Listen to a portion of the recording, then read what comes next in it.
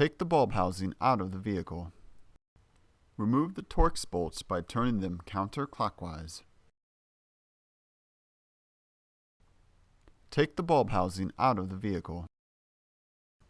Slip your hand behind the bulb housing to help push it out of the vehicle.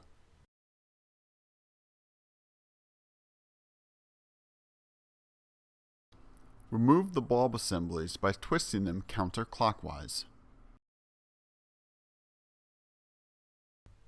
Push the tab and pull the connector to remove it.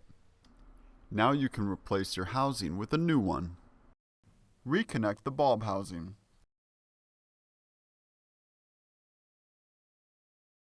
Replace the bulb assemblies by twisting them clockwise.